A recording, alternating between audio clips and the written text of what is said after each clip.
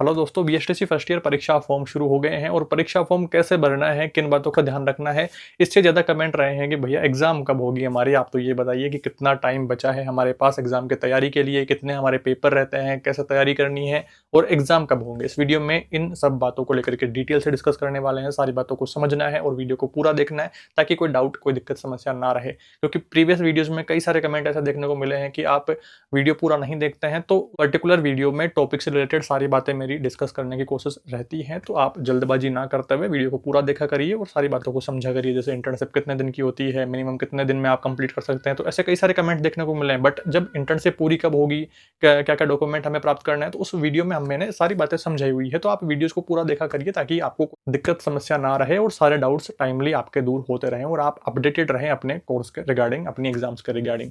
इस वीडियो में सारी बातों को समझते हैं, एक पीपीटी के माध्यम से आपके सिलेबस को समझते हैं कि कौन से टॉपिक्स आपको मिनिमम पढ़ने हैं, इंपॉर्टेंट पढ़ने हैं, जिनसे कि आप कम टाइम में अपना सिलेबस कवर कर पाएंगे। चैनल को सब्सक्राइब कर लेना है क्योंकि यहाँ पर आपके पिछले सेशन के वीडियोस भी डाले हुए, नोट्स वीडियो जिन्हें आप प्लेलिस्ट से चेकआउट करके अपनी तैयारी कर पाएंगे और आने वाले समय में और नई क्लासेस डाल करके आपकी एग्जाम तैयारियों में मदद करी जाएगी। तो आप अपना डीएलएड फर्स्ट ईयर का सिलेबस बहुत कम समय में कवर कर पाएंगे। ऐसे सारी क्लासेस अपनी रहेंगी जिनसे कम समय में आपकी अच्छी तैयारी हो पाएगी। तो सब्सक्राइब जरूर करें, वीडियो को लाइक करें और हाइप वाला बटन भी आप जरूर से प्रेस करा करें ताकि अपने और साथियों तक वीडियो रिकमेंड होवे। तो ज़्यादा से ज़्यादा हाइप भी करना है वीडियो को। बीएसटीसी फर्स्ट ईयर में टोटल आपके 10 पेपर रहते हैं और एक आपका फाइनलेशन रहता है जिसमें फर्स्ट ईयर में ओनली वाइवा रिलेटेड जैसे मौखिक आपसे इंटरव्यू टाइप प्रश्न पूछे जाते हैं। सेकेंड ईयर में थोड़ा सा आपको वार्षिक पाठ्य योजना डायरी बनानी पड़ती है, एक लेसन प्लान तैयार करना होता है वो वार्षिक पाठ्य योजना में, और फिर वहाँ पर आपको मॉडल चार्ट बना करके स्कूल के बच्चों के सामने प्रेजेंटेशन भी देनी होती है। तो थोड़ा सा लेंदी प्रोसेस वहाँ पर सेकंड ईयर में रहती है। बट फर्स्ट ईयर में ओनली वाइवा के लिए 5-7 प्रश्न आपसे पूछे जाते हैं। जैसे ही आपका फाइनलेशन आएगा देन उस टाइम पर हम डिटेल से इस बारे में डिस्कशन कर लेंगे। अभी आपके परीक्षा फॉर्म भरे जा रहे हैं तो परीक्षा संबंधित सारी बातें डिस्कस कर लेते हैं। 10 आपके पेपर रहते हैं और एक आपका फाइनलेशन रहता है। तो आप जब परीक्षा फॉर्म भरेंगे, सारी प्रोसेस को कंप्लीट करेंगे, तो आपको 11 सब्जेक्ट वहाँ पर दिखने वाले हैं। लास्ट वाला जो 11वां सब्जेक्ट है आपको क्रियात्मक अभ्यास शिक्षण इस तरह से लिखा हुआ दिखेगा, तो वो फाइनलेशन आपका रहता है। इस बात को समझ लिया आपने।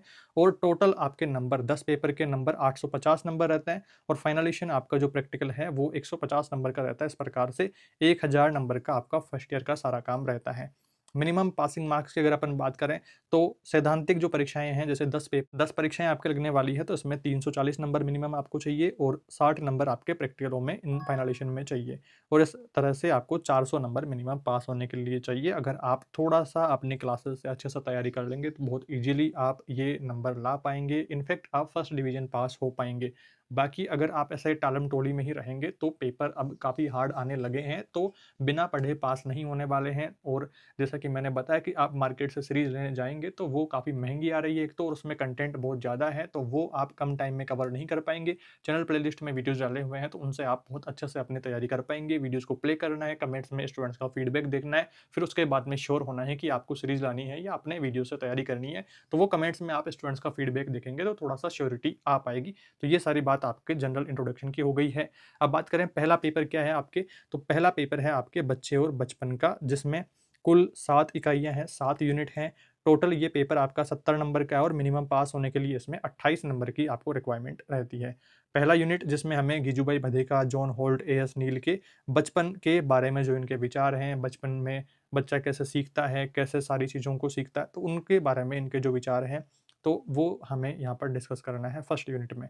दूसरा यूनिट हम डिस्कस करेंगे शिक्षा के मौलिक अधिकारों के बारे में, आरटी एक्ट के बारे में, ये दूसरा यूनिट रहेगा। तीसरा यूनिट में हम बाल विकास और इससे प्रभावित होने वाले कारकों के बारे में, अलग अलग बाल विकास की अवस्थाओं के बारे में वो हम डिस्कशन करेंगे। चौथे यूनिट में हम डिस्कस करने वाले हैं बुद्धि, परिपक्वता, व्यक्तित्व, गामक विकास, गामक कौशल, शारीरिक विकास, संवेगों के बारे में। फिर 5वें यूनिट में हम डिस्कस करेंगे एरिक्सन, जॉन वोल्वी, पियाजे, कोहलबर्ग आदि के सिद्धांत विकास के बारे में हम डिस्कस करेंगे 5वें यूनिट में। छठे यूनिट में समाजीकरण के बारे में, जेंडर, नशाखोरी, बाल प्रताड़ना आदि के बारे में डिस्कस करेंगे। 7वें यूनिट में बच्चों के अध्ययन के तरीकों, साक्षात्कार के बारे में, इंटरव्यू के बारे में, एनेक्डोटल अभिलेख क्या होता है इस बारे में डिस्कस करेंगे, अवलोकन कैसे करना होता है, इसके प्रकार कितने हैं, इसकी सीमाएं क्या क्या है। तो ऐसे तमाम टॉपिक्स पर हम फर्स्ट पेपर में डिस्कस करने वाले हैं। साइकोलॉजी से रिलेटेड काफ़ी सारे टॉपिक हैं, तो आपकी रीट पात्रता परीक्षा की भी तैयारी आपकी हो जाएगी। जो पहले से तैयारी करते हुए आ रहे हैं, तो उनको कोई दिक्कत समस्या नहीं रहेगी, क्योंकि पात्रता से रिलेटेड काफ़ी सारा सिलेबस यहाँ पर देखने को मिलेगा। उसके बाद में बात करते हैं दूसरे पेपर को लेकर के। दूसरा पेपर है आपका शिक्षा के उद्देश्य, ज्ञान एवं पाठ्यचर्या। टोटल पेपर आपका 70 नंबर का रहेगा और 28 नंबर इसमें भी सेम आपको पास होने के लिए मिनिमम पासिंग मार्क्स ये चाहिए। इसमें कुल 6 इकाइयाँ आपके रहेंगी। पहले इकाई में हमें पढ़ना है शिक्षा का अर्थ और उद्देश्य, ज्ञान का अर्थ और ज्ञान की प्रकृति, ऐसे सभी टॉपिक यहाँ पर पढ़ने होंगे पहले इकाई में। दूसरे यूनिट में हमें वैदिक परंपरा के बारे में, बौद्ध परंपरा के बारे में, जैन परंपरा, ईसाई परंपरा, इस्लामी परंपरा, शुक्रात, प्लेटो, अरस्तु आदि के शिक्षा दर्शन के बारे में पढ़ना है। तीसरे यूनिट में अरविंद घोष, मीरा, अल्फसा आदि के शिक्षा दर्शन को पढ़ना है। रविंद्रनाथ टैगोर, महात्मा गांधी, डॉक्टर भीमराव अंबेडकर, विवेकानंद आदि के शिक्षा दर्शन को हम पढ़ेंगे थर्ड यूनिट में। चौथे यूनिट में पढ़ेंगे रूसो की उन्मुक्त बाल शिक्षा के बारे में, जॉन डीवी के बारे में, पाउलो फ्रेरे के बारे में, इवान इलीच के बारे में पढ़ेंगे चौथे यूनिट में। पाँचवें यूनिट में हम पढ़ने वाले हैं पाठ्यचर्या क्या होती है, इसको प्रभावित करने वाले कारकों के बारे में 5 यूनिट में पढ़ेंगे। छठे यूनिट में पढ़ेंगे सीखना क्या होता है, मूल्यांकन कैसे करते हैं, मापन कैसे करते हैं, आकलन कैसे करते हैं। इन सब टॉपिक्स को हम छठे यूनिट में कवर करने वाले हैं। इस प्रकार से ये दूसरे आपके पेपर का सिलेबस रहता है। तीसरा पेपर भारतीय समाज और शिक्षा, टोटल मार्क्स इसमें 70 रहते हैं, पासिंग मार्क्स इसमें भी आपको सेम 28 नंबर चाहिए होता है। ये थोड़े बड़े लेंदी पेपर्स हैं, तो 70-70 नंबर के पेपर हैं, कुछ पेपर 60-60 नंबर के हैं और कुछ आपके छोटे 30-40 नंबर के इस तरह से भी हैं, 20 नंबर का भी है, तो वो हम डिस्कस करते हुए चलते हैं। तीसरे पेपर का पहला यूनिट जिसमें पढ़ना है भारतीय समाज में विविधताएं, मार्क्स और वेबर का सिद्धांत, कार्ल मार्क्स के बारे में पढ़ना है। दूसरे यूनिट में पढ़ना है शिक्षा की चुनौतियां, योजनाओं के बारे में पढ़ना है।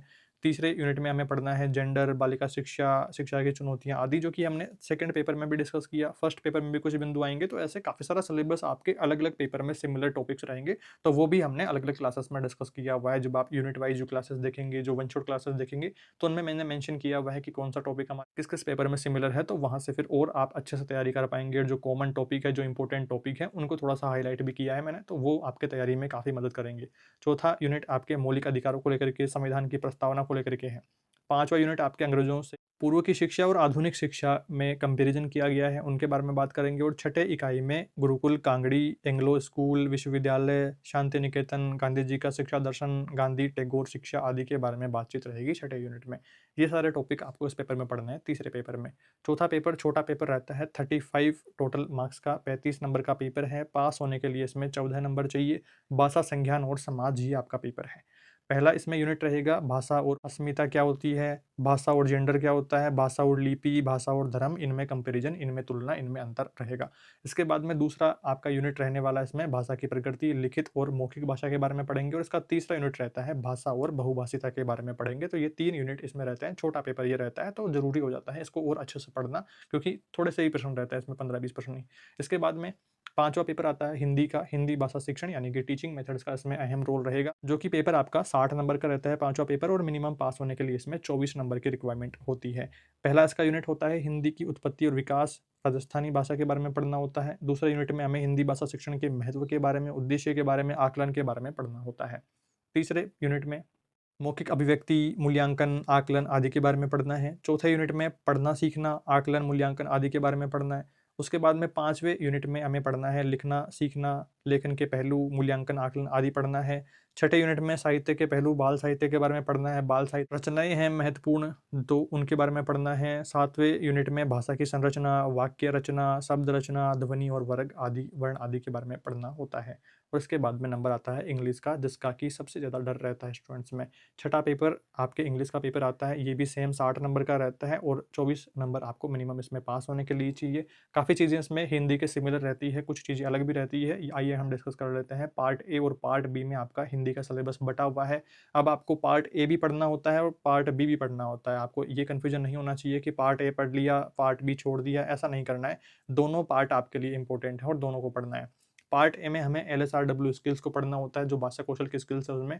तो पहले यूनिट में लिसनिंग और स्पीकिंग के बारे में, सेकंड यूनिट में रीडिंग के बारे में, तीसरे यूनिट में आपको राइटिंग के बारे में और चौथे यूनिट में इनहेंसिंग पर्सनल प्रोफिशिएंसी के बारे में पढ़ना होता है। तो इस प्रकार से पार्ट ए में आपके जो भाषा कौशल है, जो लैंग्वेज स्किल्स हैं, उनके बारे में हमें पढ़ना होता है।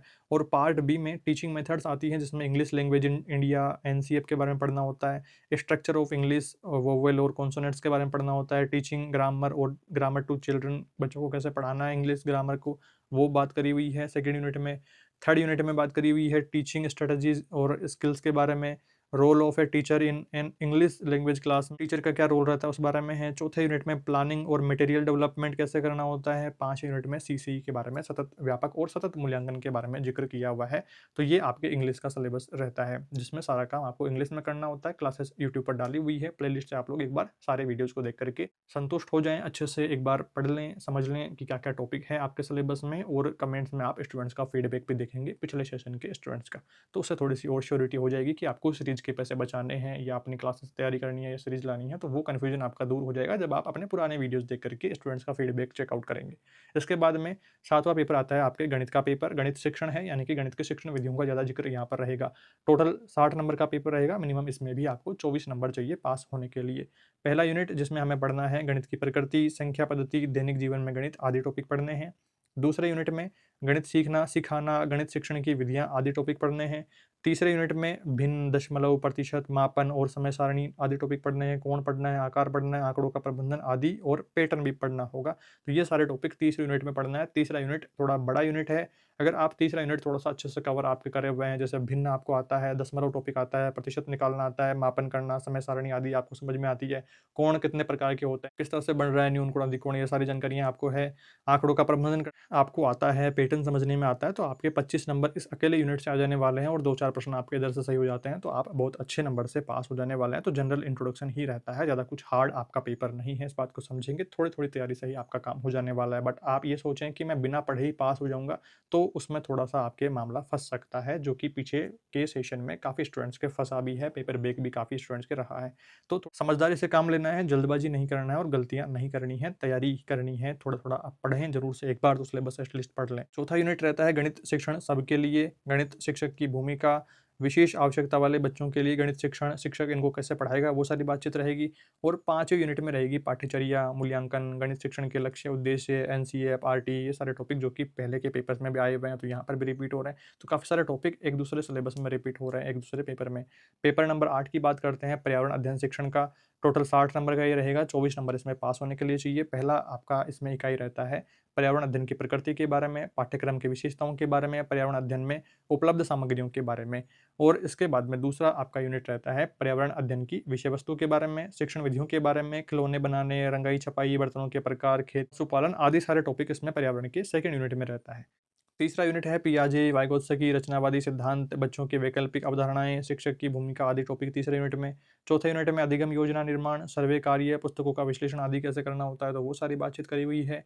5वें यूनिट में पर्यावरण अध्ययन में मूल्यांकन, आकलन, सीसी, प्रश्न निर्माण के चरण आदि, तो कैसे प्रश्न निर्माण किया जाता है, ब्लूप्रिंट कैसे बनती है किसी पेपर के लिए, तो वो सारा जिक्र इसमें 5वें यूनिट में है। इसके बाद में बारी आती है कला शिक्षा को लेकर के, जो कि आपका 9वां पेपर है। 30 नंबर का पेपर है और 12 नंबर इसमें मिनिमम पास होने के लिए चाहिए। छोटा पेपर है, लिमिटेड प्रश्न रहेंगे, छोटे-छोटे प्रश्न रहेंगे, तो ध्यान से पढ़ना होगा। और आप 12 नंबर लाना भी इसमें भारी काम हो जाता है, क्योंकि छोटा-सा पेपर रहता है। 3-4 जो इसके यूनिट हैं, इनमें भी काफ़ी सारा सिलेबस दिया हुआ है। पहला जो यूनिट है इसमें कला क्या है, कला और संस्कृति के बारे में बातचीत रहेगी। दूसरे यूनिट में कला शिक्षण के उद्देश्य, विधियाँ, बच्चों में चित्र बनाने के विकास को लेकर के बातचीत रहेगी। आपके तीसरे यूनिट में 2D, 3D कलाएँ जो डिज़ाइन्स है, जैसे रेखांकन, रंगांकन, कोलाज आदि, तो 2D डिज़ाइन्स हैं। 3D क्या है, मर्ण शिल्प, पेपर मेसी, मुखौटे, कठपुतलियाँ आदि क्या है, 3D कलाएँ हैं, तो इनके बारे में पढ़ना होगा। राजस्थानी लोक कलाओं के बारे में पढ़ना होगा, तो ये तीसरे यूनिट का काम सारा रहता है। चौथे यूनिट में हमें पढ़ना होता है प्रदर्शनकारी कलाओं के बारे में, संगीत, लोकगीत, लोकवाद्य, लोक नृत्य, नाटक आदि के बारे में चौथा यूनिट में रहता है जिक्र। और 5वें यूनिट में हमें पढ़ना होता है चित्रकला का इतिहास, मूर्तिकला का इतिहास, नाटक कला का इतिहास, संगीत कला का इतिहास, स्थापत्य कला का इतिहास आदि सारे टॉपिक आपके 5वें यूनिट में रहते हैं महत्वपूर्ण। इसके बाद में बारी आती है आपके अंतिम पेपर की, 10वें पेपर की, जो कि सूचना और संप्रेषण तकनीक कंप्यूटर का पेपर रहता है। टोटल 20 नंबर का ये पेपर रहता है, 8 नंबर इसमें पास होने के लिए चाहिए। ये भी छोटा पेपर रहता है, बट आपको इसमें ध्यान रखना है कि सारे प्रश्न आपके ऑब्जेक्टिव नहीं आते हैं। सारे पेपर्स में कुछ-कुछ 3-3, 4-4, 5-5, 6-6 इस तरह से ऑब्जेक्टिव प्रश्न अलग-अलग रहते हैं, और आपके लिखित जो प्रश्न रहते हैं 2 नंबर के, 3 नंबर के, 4 नंबर के, इस प्रकार से प्रश्न रहते हैं। तो ऑब्जेक्टिव मान करके तैयारी नहीं करनी है, आपको डिटेल से पढ़ते हुए तैयारी करनी है कि आप लिखित में बात कर सकें। यूनिट 1 जिसमें शैक्षिक तकनीकी सूचना प्रौद्योगिकी के बारे में पढ़ना है। ई लर्निंग क्या होता है, जो डिजिटल आप ऑनलाइन पढ़ाई कर रहे हैं, ये वीडियो देख रहे हैं, क्लासेस अपनी देख रहे हैं, उनसे आपकी तैयारी हो पा रही है, अपनी स्किल्स में डेवलपमेंट हो पा रहा है, तो ई लर्निंग के बारे में पढ़ना होता है। सीसीई सतत और व्यापक मूल्यांकन में शैक्षिक तकनीकी जो टेक्नोलॉजी का व्यापक मूल्यांकन में किस प्रकार से योगदान है, तो वो हमें पढ़ना होगा फर्स्ट यूनिट में। सेकंड यूनिट में हमें पढ़ना है संप्रेषण कम्युनिकेशन क्या होता है, एडगर डेल का अनुभव शंकु क्या होता है, विभिन्न संप्रेषण उपकरणों का शिक्षा में उपयोग क्या है, ये सारे टॉपिक पढ़ने हैं। तीसरे यूनिट में word processing, data processing system के बारे में पढ़ना है, कंप्यूटर के परिचय के बारे में हमें तीसरे यूनिट में पढ़ना होगा। चौथे यूनिट में हमें पढ़ना है पावर पॉइंट, इंटरनेट, कंप्यूटर के रखरखाव के बारे में चौथे यूनिट में हमें पढ़ना होगा। ये सारा आपका सिलेबस रहता है डीएलएड फर्स्ट ईयर के सभी पेपर्स का, जिसके महत्वपूर्ण टॉपिक कि आपको इतना तो आना ही चाहिए कि आप एक यूनिट को ओवरऑल कंप्लीट करता हुआ मान सकें कि हाँ मैं ये यूनिट कवर कर चुका हूँ। तो उसके लिए आपको ये सारे टॉपिक कवर होने चाहिए। अलग अलग यूनिट के महत्वपूर्ण टॉपिक मैंने बता दिए हैं। अगर आपके पास में बुक है या सीरीज है, इन सब टॉपिक्स के क्वेश्चंस को आप मार्क लगा करके तैयारी करें, आपको बहुत अच्छा स्कोर प्राप्त होगा। पीछे की वीडियोज से आप स्टूडेंट्स का फीडबैक जान पाएंगे, पिछले सेशन के वीडियोज आप देखेंगे तो उन पे कमेंट्स में फीडबैक आप स्टूडेंट्स का देख करके थोड़ा श्योरिटी आप में आ पाएगी कि हमें सीरीज में पैसे बर्बाद करने हैं या फिर अपने नोट्स वीडियो से तैयारी करनी है, तो वो क्लियरिटी आ जाएगी। और दोस्तों अपने नोट्स वीडियो चैनल पर डाले हुए हैं, आगामी दिनों में और नई क्लासेस डाली जाएंगी अगर आपकी डिमांड रहेगी तो जितना आप एक्टिव रहेंगे, जितने ज़्यादा आपके कमेंट्स रहेंगे, जितना आप लाइक सपोर्ट करेंगे, तो उतना जल्दी जल्दी आपके लिए क्लासेस अपडेट करने की कोशिश रहेगी। तो सारा काम आप पर डिपेंड करता है कि आपकी जितना जल्दी डिमांड रहेगी उतना जल्दी क्लासेस को अपडेट करेंगे। तो यूट्यूब वीडियो से अगर अपने तैयारी करने में कंफर्टेबल हैं तो वीडियो से देख करके तैयारी कर लें। बाकी काफ़ी साथी जैसे एड्स आते हैं वीडियोज़ पे, तो उनसे आपको प्रॉब्लम हो, वीडियो सेव नहीं हो पा रहे हों, आपको नोट्स की पीडीएफ चाहिए हो, तो स्क्रीन पर आपको एक नंबर शो हो रहा होगा, व्हाट्सएप पर मैसेज करना है। 60 रुपये प्राइस में आप सारे सब्जेक्ट्स के नोट्स आपको भेज दिए जाएंगे, पीडीएफ आप उनको सेव कर पाएंगे। बजट की कोई इशू ना हो तो आप प्रिंट भी उनको करवा सकते हैं और अपनी अच्छे से अपनी तैयारी कर सकते हैं। बाकी आपको अगर सीरीज़ लानी है मार्केट से तो 60-70 रुपये की एक पेपर की सीरीज़ आएगी और 10 पेपर की सीरीज़ लाने में आपके 600, 700, 800 रुपये तक खर्च हो जाने वाले हैं, जो कि कोई सेंस नहीं बनाते हैं, क्योंकि सीरीज़ में काफ़ी सारा मैटर रहता है। 100 पेज के आपके एक सीरीज़ रहने वाली है, तो वो पढ़ने में नहीं आ पाएगी, इंपॉर्टेंट नहीं छाँट पाएंगे आप उनमें से। यहाँ पर आपको 20, 30, 40 पेज का ही एक पेपर का कंटेंट दिया हुआ है, सारे इंपॉर्टेंट टॉपिक बताए हुए हैं, जो कि आप अपने यूनिट वाइज वीडियोज़ चैनल पर डाले हुए हैं। वन शॉट क्लासेस यूट्यूब पर डाली हुई है, तो उन वीडियोस को देख करके श्योरिटी अपनी ले पाएंगे कि हाँ अच्छे से आपने क्लासेस में कवर करवा रखा है। और पिछले सेशन की वीडियोस देख करके आप थोड़ा और श्योर हो पाएंगे कि स्टूडेंट्स का उन वीडियोस को लेकर के फीडबैक कैसा रहा है। ये सारी बातें थी आपके सिलेबस के रिगार्डिंग, मिनिमम पासिंग मार्क्स के रिगार्डिंग और तैयारी के दौरान ध्यान रखने वाली बातों के रिगार्डिंग। अब हम बात करते हैं कि आपकी एग्जाम कब होने वाली है। तो एग्जाम को लेकर के पहले चांसेस थे कि अगस्त के लगभग एग्जाम हुए, क्योंकि फर्स्ट ईयर सेकंड ईयर की साथ में एग्जाम होने के चांसेस थे। बट अभी जैसे फर्स्ट ईयर के एग्जाम फॉर्म पहले आ गए हैं, इंटर्नशिप कंप्लीट होते होते ही एग्जाम फॉर्म शुरू हो गए हैं और 8-9 तारीख तक आपके ये फॉर्म की कंप्लीट प्रोसेस चलने वाली है। फिर आपके एग्जाम सेंटर मैपिंग की प्रोसेस रहेगी, तो 5-6 दिन का टाइम उसमें लगने वाला है। और अगर एग्जाम फॉर्म की डेट बढ़ जाती है और कुछ प्रोसेसिंग में टाइम लग जाता है, तो मई का महीना आपके कंप्लीट एग्जाम सेंटर मैपिंग और आपके फॉर्म वेरीफाई करने के सारे कामों में जाने वाला है। और मई के लास्ट तक आपका परीक्षा टाइम टेबल जारी होने के पूरे चांसेस हैं और जून में आपकी परीक्षा होने की पॉसिबिलिटीज है। अभी सिर्फ हम संभावित एक बात कर रहे हैं, कंफर्म कोई अपडेट नहीं है। अगस्त में होने के चांसेस थे, बट जैसा कि मैंने बताया कि सेशन जल्दी कंप्लीट करने के चलते आपके इंटर्नशिप कंप्लीट होते होते ही आपके परीक्षा फॉर्म आ गए। इंटर्नशिप के 90% वर्किंग डेज कंप्लीट करवा करके, जैसे 28 दिन की इंटर्नशिप रहती है, काफी कॉलेजों में 24 वर्किंग डेज कंप्लीट करवा करके ही इंटर्नशिप कंप्लीट करवा दी है 90% प्रेजेंट पे, और 75% 80% आपके सेशन के वर्किंग डेज आपको चाहिए होती है, जो कि हमने सेशन कितने दिन का होता है इस वीडियो में डिटेल से डिस्कस किया था। नोटिस रिलेटेड सारी बातें हमने डिस्कस करा था। तो अगर आपके सेशन वर्किंग डेज को लेकर के कोई कंफ्यूजन है, देन आप पिछला वो वीडियो देख लेंगे, तो नोटिस भी मैंने बताया वहां पर और डिटेल से एक्सप्लेन किया है सारी बातें सेशन के रिगार्डिंग। तो जून में आपके परीक्षाएं होने की प्रोबेबली चांसेस हैं, कंफर्म अभी कोई अपडेट्स नहीं है। जैसे और अपडेट्स आती हैं आगे आने वाले वीडियोज में डिस्कशन करेंगे। आपके काफी सारे मैसेजेस थे एग्जाम कब होंगे और किन बातों का ध्यान रखना है, कितने पेपर रहते हैं, तैयारी कैसे करनी है, सिलेबस क्या है, तो उनको लेकर के हमने इस वीडियो में डिटेल से डिस्कस कर लिया है। आई होप इस वीडियो में आपके ठीक से सारे डाउट्स दूर हो गए हैं। फिर भी कोई डाउट रहे, फिर भी कोई आपके सवाल रहे, सुझाव रहे, तो कमेंट्स में बताएं। कमेंट रिप्लाई देकर के आपके डाउट्स को दूर करने की कोशिश रहेगी। इस वीडियो में इतना ही दोस्तों, जल्दी मिलते हैं एक नए वीडियो में कुछ नई जानकारियों के साथ। Thank you for watching this video.